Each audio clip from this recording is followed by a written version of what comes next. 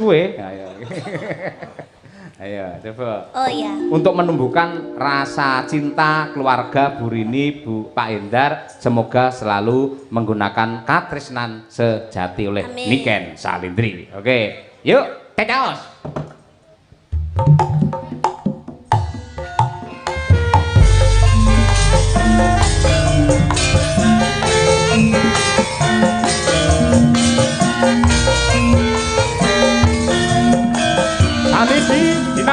Dimanapun Anda berada.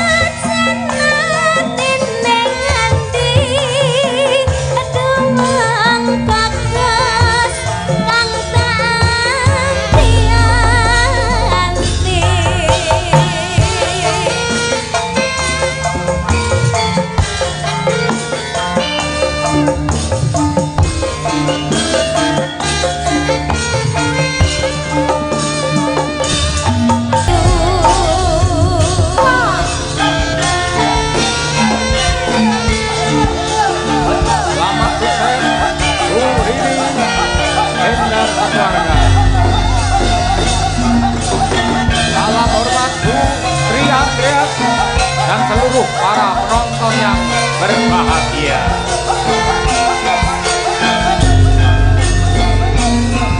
Oh. Janji tresnati sakseni lintang-lintang ing tengahing hati kang nandang asmara Gusti kula paring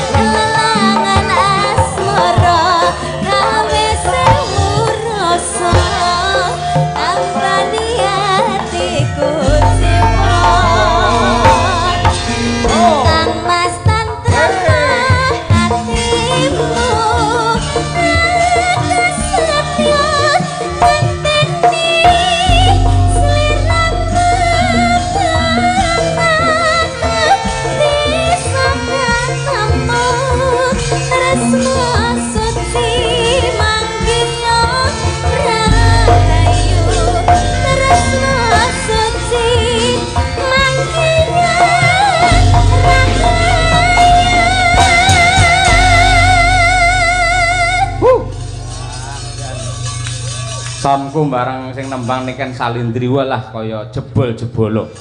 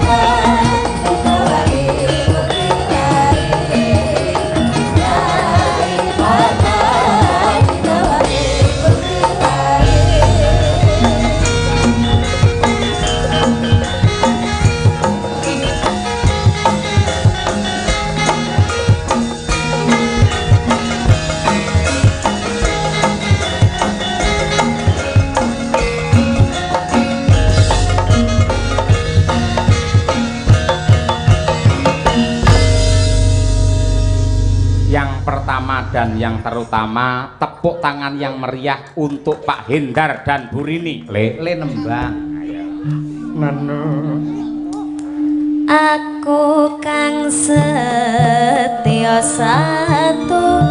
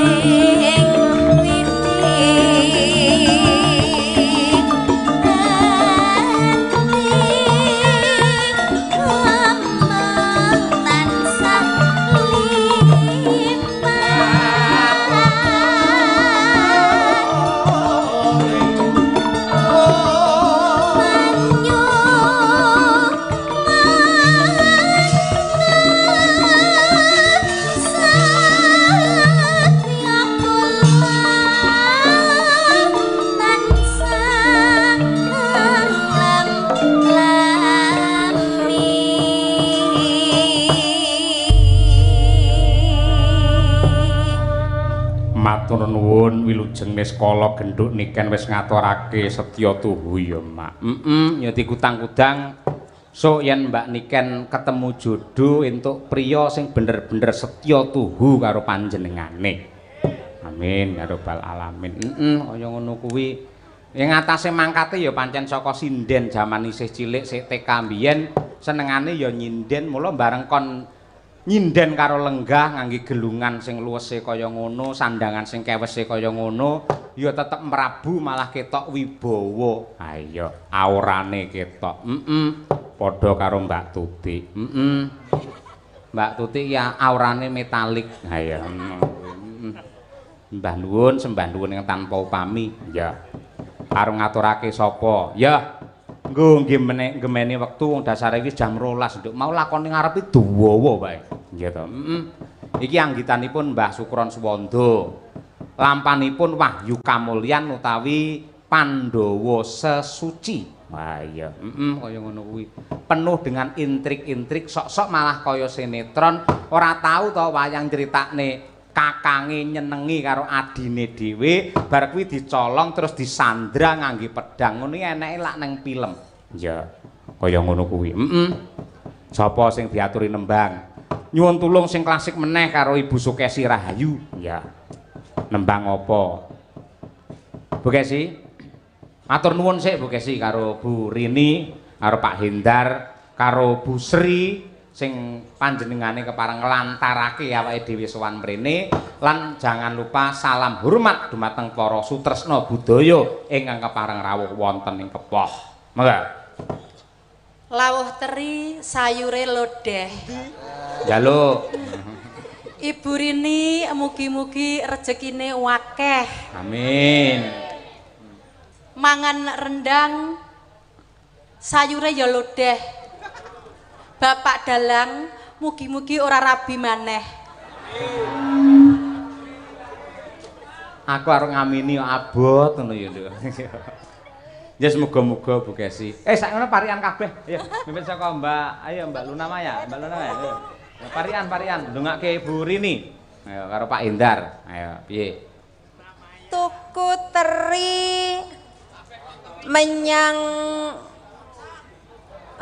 endi ya? Sesek Pak Yaya, sesek mikir dulu. Ngebleng. Tuku teri menyang kutha mboten. Kutha Ngawi. Mugi-mugi Bu Rini tansah kathah rejeki. Amin. Selanjutnya monggo Mbak Mira Eka Sumber Kencana. Ayo. Mboten teri, Pak. Ana geni ra iso mlayu. Ya pancen geni ra duwe sikil kan mlayu. Mugi Bu Rini sehat selalu. Amin ya rabbal alamin. Pun nggih. Lah iki jos iki kena Nadia Arina ya. Sapa ya? Neng pantai Drini. Wah, suarane kaya ning jero guwon. Nang pantai Drini. Mangan arem-arem. Bu Rini. Sing diling-eling Bu Rini studio kuwi. Mugi ayam tentrem. Amin. Ngono kudu cerdas. Ayo Bir. Iki sing senengane nge-gym. Ayo. Nge-gym ae kathok cekak, klambi ya siset, udele ketok. Alah wis ngono. Ke Surabaya membeli jamur. Cakep. Mugi Mbak Belva panjang umur. Allahumma amin. Ngapunten Pak, niki pancen obate keri niki. Ayo saka semangate. Selanjutnya ya Nduk, coba kaya apa? Piyayi kaya Ari Tatum. Ayo, monggo.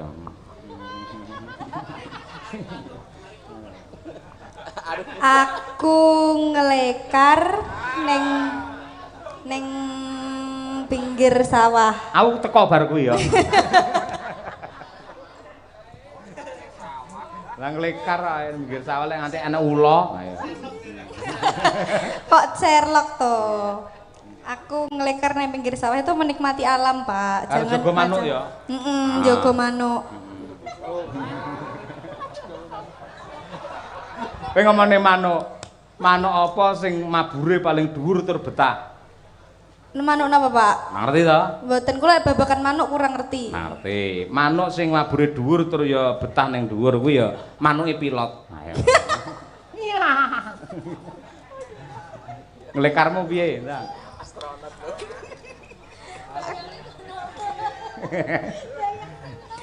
Aku ngelekar neng pinggir sawah. Pak Hendar mugi pinaringan berkah barokah. Amin ya rabbal alamin. Ya berkah barokah Pak Hendar mergo awakmu ning sawah mau. Ayo. Nah iki genah iki. Yo Nduk niken.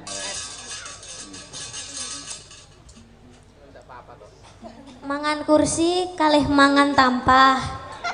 Ora mrotoli untumu lho. Gragas, Pak. Gragas. Masalah. Oh, lungguh kursi, Pak, lungguh kursi. Kok mangan kursi? Lungguh kursi. Karo lumah. Ora penak no lungguh kursi karo lumah. Lungguh kursi karo esek-esek tampah. Oh iya. Anu Pak nggih beres. Oh iya, Nggih, mugi-mugi Burini sekeluarga Pak Hendar, Mbak sinten? Mbak Delva. Mbak Delva nggih. Nggih, lan tetanggi-tetangginipun mugi-mugi pikantuk rezeki ingkang kathah barokah, turah-turah ora lokane malah kebak, sehat selalu, panjang umurnya. Saya mengucapkan minal aizin wal faizin, mohon maaf lahir dan batin. Ya. Komplit kuwi jane. Kari berkate ndang didum. Ayo. Jos. Nembang napa Bu Kesi? Ayo. Kula Nggih. badhe ngaturaken tembang napa nggih? Bingung aku ya. Napa? Tak Sherlock lah bingung. Nembang karyanipun Mbah Sukron Suwondo. Nggih. Kula tampar. Kula tampar siap.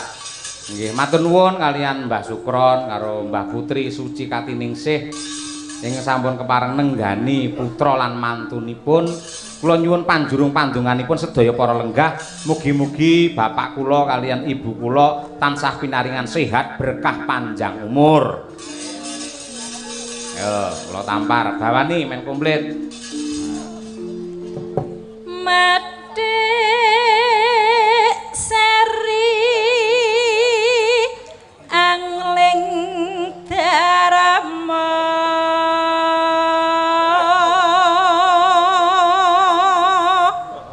kunjuk dumateng Ibu Setyarini sekeluarga lan ibu kula tercinta Ibu Sri Andreas, matur nuwun sanget panjenengan tasik kemutan kalih kula lan bojo kula Bu lan kanca-kanca sakmenten sampun panjenengan tanggap malih. Mugi-mugi sambung kekadangan niki mboten namung dinten iki tok. Mugi-mugi ing taun ngajeng Burini Bu Sri sekeluarga rezekine tambah kathah, ampun kesupen taun ngajeng wayangan malih nggih Bu. Amin ya rabbal alamin. Jenengan lak seneng to Pak ditanggapne wayang Bu? Seneng mboten? Sindene ayu-ayu to nggih? Yogane ganteng-ganteng. Dalange ganteng napa mboten?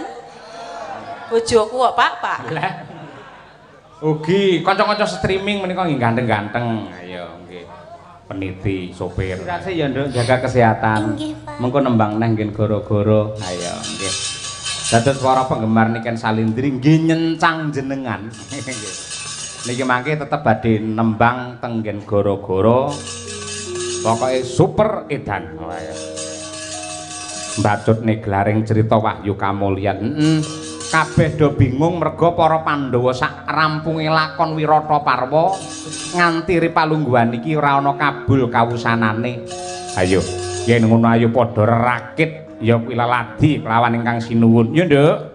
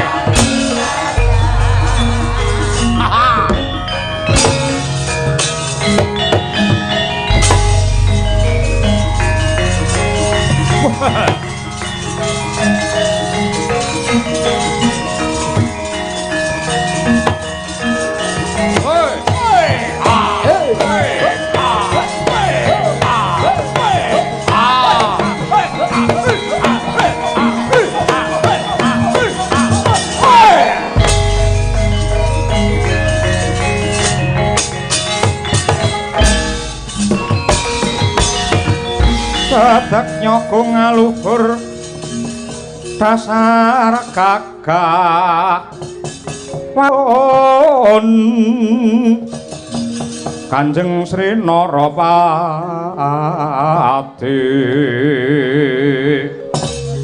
Raja kang aboratu kunta-kunta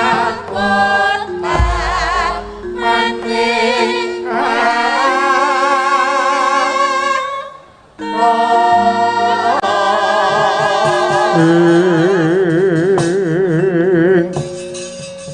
lagi wae aku ngambah wewengkon negara Wirata ketemu kelawan satriya bagus.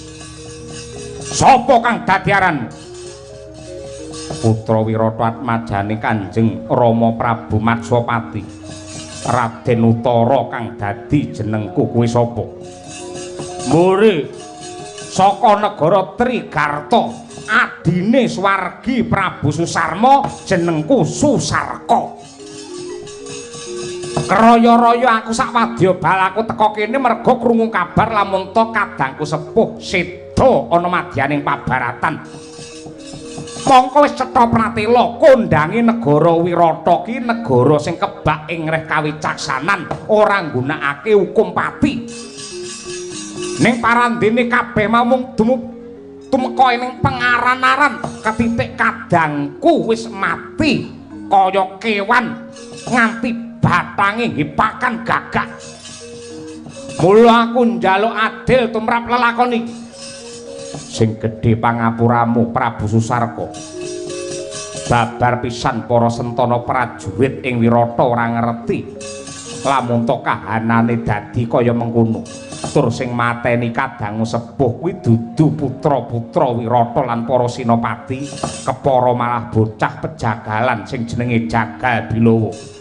Tak golekane nganti ripalungguhan iki ora ana kabul kawusanane.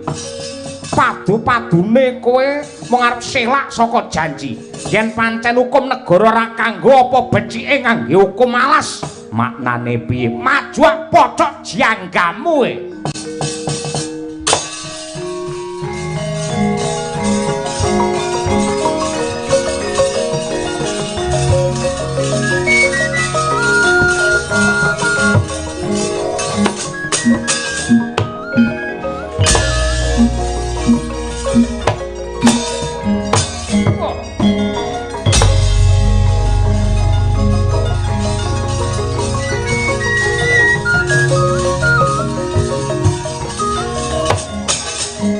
Wah.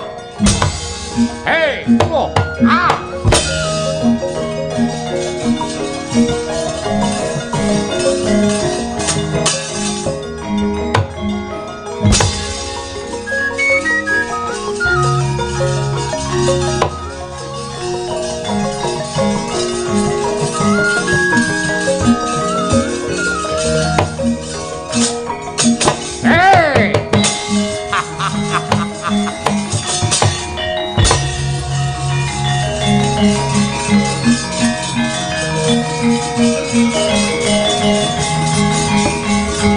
Raden Wiratsangka kowe apa asal? Hei, hei, hei, hei, hei,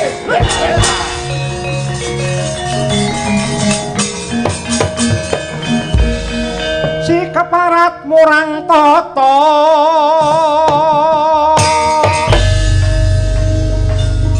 kaya wong lanang